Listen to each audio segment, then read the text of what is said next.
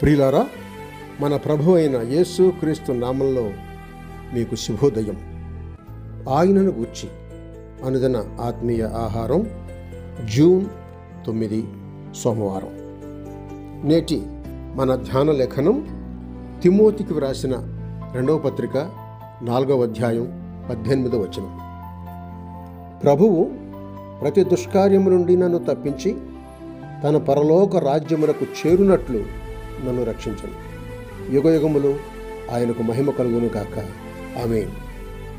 వ్యాఖ్యానాంశం: మహిమాయుక్తమైన పౌలు నిరీక్షణ, 3వ భాగం, పరలోక రాజ్య ప్రాప్తి.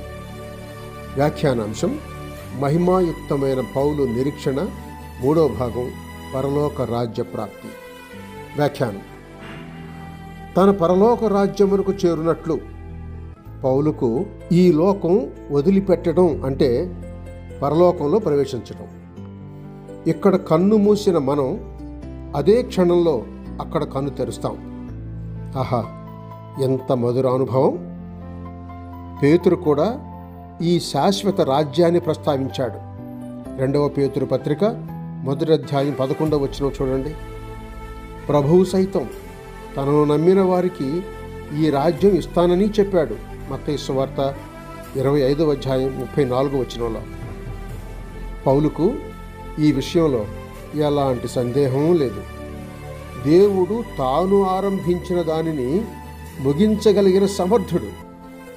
ఫిలిప్పీ పత్రిక 1వ అధ్యాయం 6వ వచనం చూడండి. పౌలును విశ్వాసులందరినీ తన రాజ్యంలోకి చేర్చుకునేదాకా వారిని భద్రపరుస్తాడు. ఇర్మియా గ్రంథం 40వ అధ్యాయం 4వ వచనంలో నేను నిన్ను భద్రముగా కాపాడగను అంటున్నాడు.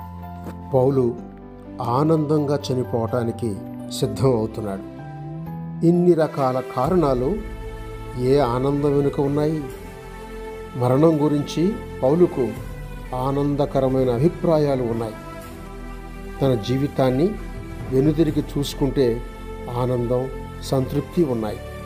మరణించాక తనకు దక్కబోయే కిరీటం, పరలోక ప్రవేశం విషయంలో దిట్టమైన నిరీక్షణ ఉంది.